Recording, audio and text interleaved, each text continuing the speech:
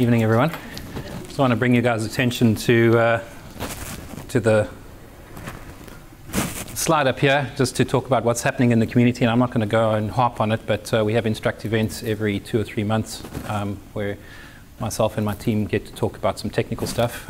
We have an Agile user group, and you're here this evening, so you're very much aware of what happens. And then we have the open code retreats that happen every quarter. So familiar with them, get familiar with them, and the URLs are up there. So if you're interested, go and follow. So tonight is a new, I think a new night for me, is that I'm going to be talking about stuff that's not technical. It's going to breaking away from that mold. And I'm going to talk a little bit about team dynamics. I've been a team lead for a while, been an architect for a while, and it requires a lot of team interaction. And 10 years ago, maybe not 10 years ago, 8 years ago, I picked up a book called Adrenalin Junkies and Template Zombies, and I think that changed who I was and how I thought about teams and dynamics and how I thought about how I integrate and interact with people. So much so that I used to walk around telling everybody about this book. I think Steve's given me an opportunity to tell you guys about the book because I get very excited about this book. I'll carry on this evening and let you know what happened. So, all my talks have beer. They all have a little theme and they're all beer. I'm gonna mix it up a little bit this evening because it's a little bit more of a relaxed talk. It's not a heavy technical talk, so I'm not expecting massive questions at the end. As we go through the talk, you will see there's references to movies, references to television programs. If anybody can put up their hand and answer the question, it's an actor or a TV series or a movie, get you a beer or a chocolate. Okay, mix it up a little bit. All right, so just shout out beer or chocolate and we'll hand those out. Otherwise, actually just come and pick them up at the end. Okay, so I've got 6 beers and I've got 3 chocolates. First one is my best. No, Vincent. We haven't started yet. We haven't started yet. but it's a good chance. Good call. Good call. If there's anything left over, come and chat to me. All right, so Adrenalin Junkies and Template Zombies. And every time I speak to somebody about this book, I go, have you read this book? And they go, it's on my bookshelf. It's on my to-do list. It's on the books to read. And I was like, oh, okay. And I've actually got to the point where I've actually given this book. Here it is. I've gone and it's well thumbed, and I give it to people, and I say, read it. And it comes back. I had to go and fish this out of the library the other day because it just got neglected. Nobody likes it. And I don't understand why. This book, this little book here, changed my life. It's an easy book to read. You could read this book in the gents. You could read it. You can read it. You can read it in the doctor's waiting room. The really cool thing about it is that it's a very light and easy read. The chapters, there are 86 patterns in here, broken up into little chapters, and each chapter is no longer than 3 to 4 pages. So it's easy to digest. It's something you can read before you're going to sleep. It's something you can read while you're waiting to go into a meeting. So get out there and start reading. So that's the one version of my presentation. And that's the presentation I've been doing for so many years. This is the next version of my presentation, is to take little snippets out of that book. Now, I've only got 20 minutes, so little snippets out of that book, and so talk to you about how I apply them and where they go. All right. Hey, start fire. Good call. Gary. All right, so the pattern's called the Nanny, and it's modeled after an English nanny. So you get the idea of an English nanny was a very well-off family would hire this very well-educated lady who knew quite a lot of things, and she would raise the kids. She would make sure that they got exercise. She would make sure that they got fed correctly. She would make sure that they got educated correctly. She made sure that they got all the things that they actually needed. And she disciplined them at exactly the same time. She raised very good people. And this is a pattern which I've only started to implement over the last 3 to 4 years with the teams that I've been working on, is I become the nanny. What toys do you need? Do you need a sharper? What does it mean for them? How do we get there? Don't you need to go and take them some exercise right now? Lunchtime, my team go for a walk. We do all kinds of weird and wonderful things. But the difference between a nanny and the English nanny is that when you piss me off, you'll know about it. If you don't deliver, you'll know about it. And so this is a very interesting pattern because I think it requires a fair amount of maturity and it requires a fair amount of patience. But I've found that treating my teams like I was their nanny has actually worked really well for me. Except there are days when I get home and I feel pretty much like that. Because it is taxing and it is draining, but I do get a lot of response from the people I work with.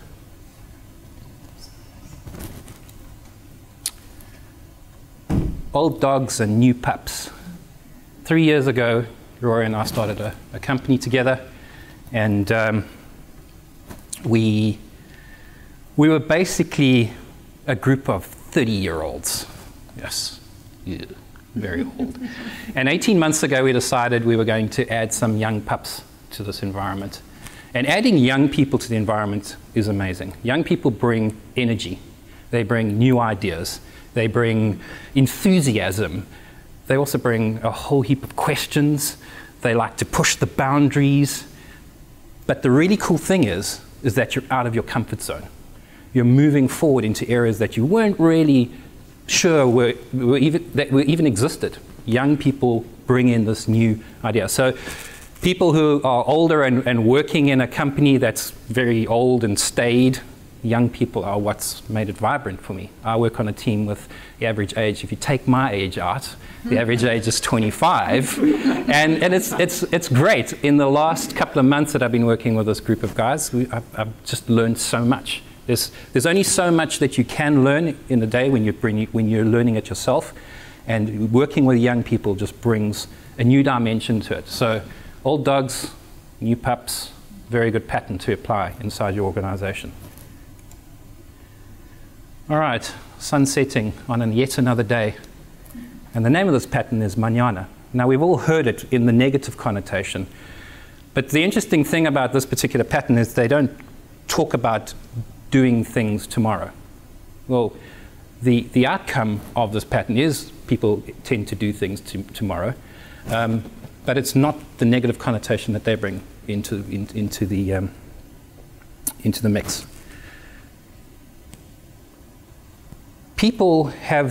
We're programmed this way. Human beings are programmed that we only remember things for about 60 to 90 days. We need to be reminded regularly about things. And our minds can't process things beyond 60 to 90 days. So if you said to somebody, I've got 2 years to do a project, it feels like a lifetime. And the only way that you can actually get to the point where you're not slipping and slipping and slipping is by actually starting to do a fair amount of planning and the quick upfront sprints. So for us, the agile environment, okay. Did everybody see what was happening there? Okay. That wasn't part of that wasn't part of it. Poltergeist. Okay, Flux just kicked in. So I've got a product that dulls the monitor be after hours. People can't manage things beyond 60 to 90 days, and so being able to break things down into sprints, being able to manage things on a very short time frame, being able to do 3, 4 weeks, 2-week sprints is very helpful and very powerful. And anybody who's not doing an agile development should be embracing that type of time-boxed development, because people cannot see past those 60 to 90 days, and it becomes a bit of a problem. Anybody who you speak to that's running on projects will always go, towards the end it was always a big crunch. That's because of mañana. In Kaleidocode we have another name for it. It's called the fuzzy front end. We always refer to it as the fuzzy front end. We've actually got to get in and we've got to start working now. We've got to get the rhythm of the team actually happening. Otherwise, this pattern is going to hit us and we're going to end up with a large amount of work at the end which we didn't actually complete.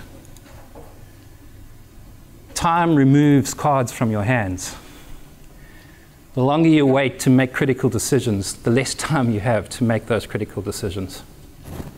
All right, so picture this. Team starts up a project, 9 months to do the project. You look at the backlog and the whole team goes, ooh, not so cool. We don't think we can actually do it. But nobody's got the balls to put up their hand and say, we can't actually do it.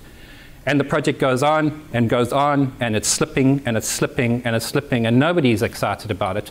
And then 2 months before you're about to deliver, somebody in the exec suddenly realizes that, shit, this thing is actually going to be shipping in a month or two's time, and we actually need to make sure that this thing's going to happen. And they start talking to the team, and the team says it's not going to happen. Cool. So management are a fair group of people. They say, well, we need to get something out there, so how about we just get the core of the functionality out? MVP, it's not a bad idea, minimum viable product, so we start looking and planning. And they say, well, what can we ship? And at that point, what you're shipping is whatever you've developed. So if Rosie developed a little thing that turned with the purple thing and did the thing, but it wasn't actually of any business value, that thing's shipping. You don't have a choice. So planning, getting in front, working it out, being honest with yourself, because time's going to remove those options from your deck. All right. Imagine going on holiday in that car. Oh, I love it. This pattern's called Soviet era. And they're basically talking about when things start to slip, when people start to cut corners, when things don't want to be worked, they start to look like this. That's the family car you're going on holiday in, okay? It comes from people not being proud of what they're looking for. It comes from people not being given an opportunity to become creative and get in there. And this whole concept of Soviet era starts to creep in. But sometimes Soviet era creeps in just because people don't ever think about it. My favorite Soviet era application, SAP. Anybody ever used a SAP application? It is sucky, hey? Soviet era application. But SAP doesn't look that great. And sometimes things do look great. And this is a pattern which I've kind of countered to the Soviet era, which is Chris's mom's jug. My mom loves this jug. She thinks it's the most amazing thing on the planet. And I think what she also does is she does it on purpose. She actually puts this jug out when I actually go and visit her. Okay. This jug is probably the worst engineering feat you've ever seen in your whole life. Admit it, it looks attractive, it's crystal, and it looks very, very cool. But cast your eye on this. Huge bulbous thing at the bottom. You fill this thing up with liquid, and you try and sort of tilt it, but the weight of the thing is actually pulling down all the time. Look at this handle. The most comfortable place to grab it is over there. So now your wrist is breaking, you've got this water pull or whatever liquid you've got in there, pulling down. Have a look at this. All of a sudden it hits this lip and it starts gushing out. And then, to give it the most amazing thing, that spout over there, it's rounded like this. So stuff starts pouring and then it just comes gushing and then it just goes everywhere. So it looks cool and people think it's amazing. It sucks because nobody actually thought about actually working on it. Nobody was creative enough to think about it. Or dog food, another pattern, dog food their product. All right, so remember Chris's mom's jug. It's my contribution to this book. Straw man. Teams that want to avoid those patterns build straw men. They build things for people to destroy. They put things out. They put ludicrous screen designs on there. They put crazy ideas down, off the wall. Why do we do that? The biggest problem with users is that they don't actually know what they're looking for. If you go to a user and you say, what are you looking for? They'll describe it. And if you put it down, they go, that's not what I'm looking for. Straw man avoids that.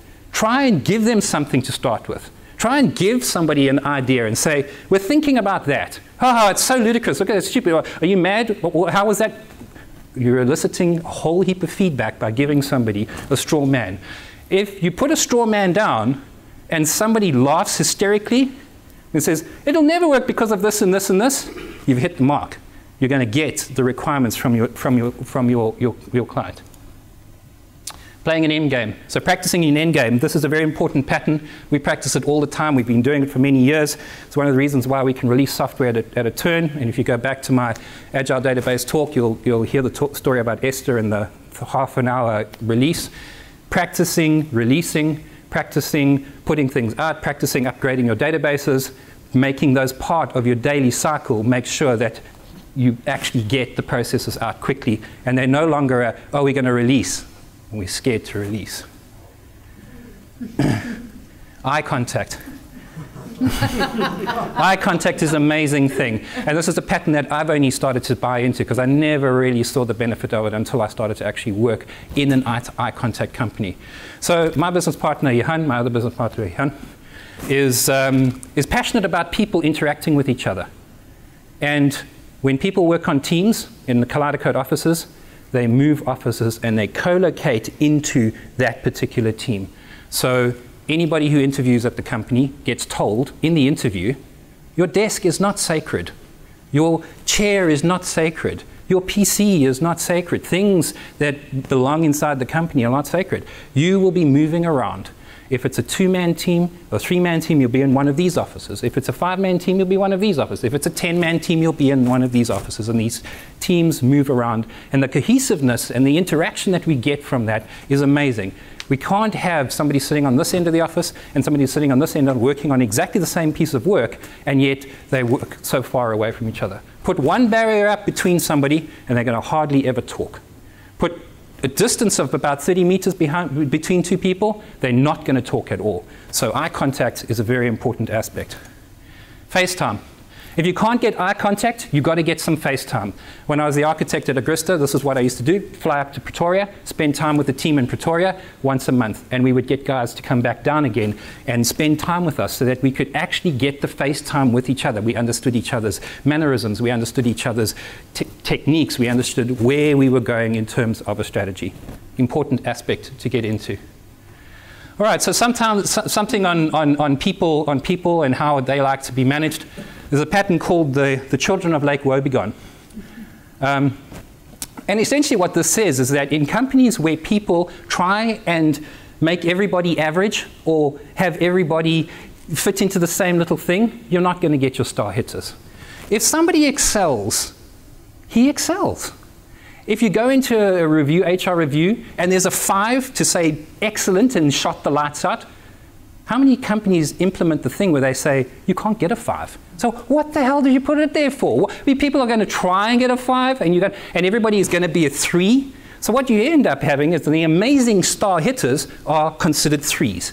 And the people who shouldn't really be working there are also considered 3s. And you end up with this mishmash of people. The good people go because they realize they're in a sinking ship. And the bad people stay because they think they're so great that this company really needs them. They're not doing anybody any favors. Watch out for that pattern. There's no crying in baseball. Good call. Good call. There's no crying in baseball. Software developers think that software developers shouldn't be emotional. You shouldn't get upset about things. You shouldn't get passionate about things.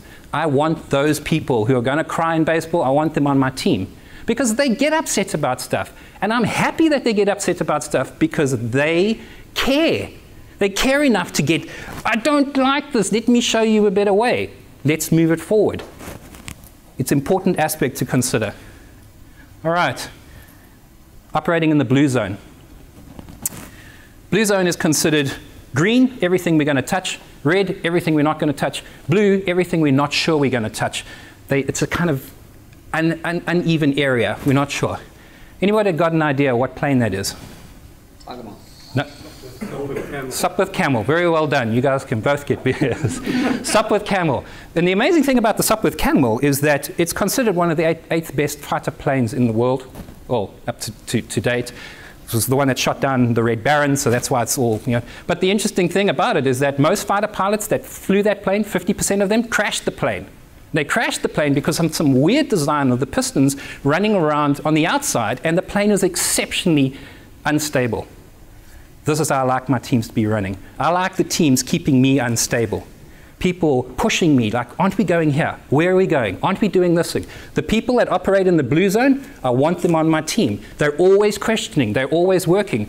Forget the fact that at the end of the day, I look like that picture with the beer. They're always trying to move forward. And I find it refreshing and powerful because these teams, these guys on my team are actually making things work. Oh, I can't really say this. Rosie's going to help me. Seelenverwandtschaft. Right, translated as? Soul community. Soul community. Thank you very much, Rosie. These are teams that work exceptionally well together. They have a very good culture. They normally band around a particular leader. They break every single rule, but they get everything done in a hurry, and they work things through very, very quickly. They don't like meetings. They'll have impromptu meetings. They don't like paperwork. They'll do designs on whiteboards. You want to be finding these teams, because these are the guys that are crunching out Facebooks, and they're crunching out those types of applications. You want to be on one of those teams. Okay, I'm going to quickly wind down. One throat to choke. If you're running on an application, if I'm working on a team, I want one throat to choke. I want one person to have the responsibility. I'm not saying he has to do the work. I just want him to have the responsibility of actually making sure that that thing gets done. He can delegate the work. He can work it out. But having one throat to choke is a much easier pattern to implement than having many throats to choke, because you can't get your hand around many. You can just get your hand around the one. Along with this pattern comes the natural authority. And most people, when they become this one throat to choke, think that they have to do everything. And it becomes a very difficult thing for me to try and help my seniors to understand that you don't have to do anything. You don't have to be the authority on everything. You can delegate. You can ask questions. And you can find people, they may be junior, they may be very junior, who can help you and become an authority on these things. Because in the space that we play in, we can't know everything. The bench. I love this picture. It's one of my favorite pictures. It makes me feel at home. But I've talked about this in my applications, where we try and get a number of, where we try and build a bench for people to step in when somebody leaves, when somebody's sick, when we're running low on project. Some of my talks in DDD in terms of putting in certain processes, putting in some ideas around strengthening up the communication is one way of creating a bench. Another way is actually putting on additional people to the team. I'm running out of time, so I'm going to run through these very, very quickly. Babel, having a common language on a project. We've talked about this in the DDD's talks. Everybody who implements DDD knows this thing, but still, it's not easy to put implement. It's not easy to go. Having one term for one thing, one language across the domain is really important. Otherwise, you're going to have a failed Babel project. And I wanted to rush to this one because I want to harp on this, and I'm going to skip over the others, and we can talk about them over, because I have already run out of time. But this is my favorite pattern out of all of them. It's called Food++. The interesting thing about food is that it draws people together. It actually has people coming as a community, coming together. It's one of the reasons why I love having lunch with the teams that I work on. It's one of the reasons why I love taking individuals to lunch to have a discussion. It's the one way in which I can actually build an incredibly strong bond with the people that I work with. Implementing a discussion, even if it's technical, if it's non-technical, if it's personal, over food, cuts down all the barriers and all the boundaries. And I find this pattern has been the pattern that stayed with me for which was probably one of the longest times. So much so that when I see my team going to lunch every Wednesday and the whole company's empty, I'm excited. When I see the guys going around the boardroom table and putting their food together, even though they're eating pie rolls, don't even ask. I'm excited. And so I think read the book and find out about that pattern. Short pencil, company that's always trying to cut you out of everything. If in order to get a pencil, you get given a long pencil, and you can only get another pencil when you get a pencil that looks like that. People are always going to find ways around this. If you're an organization that's looking like this, then maybe it's time to move on. I'm going to move off True Believer and Soul, and I'm just going to end on that. Guys, it's been great sharing with you on this book. I think a wonderful book. If you haven't got excited about it yet, please come and talk to me and get you more fired up about it. There are 86 patterns in that book. I've only covered a few of them. And I'd encourage you to go out there, have a look at it, and have a read. Thank you very much.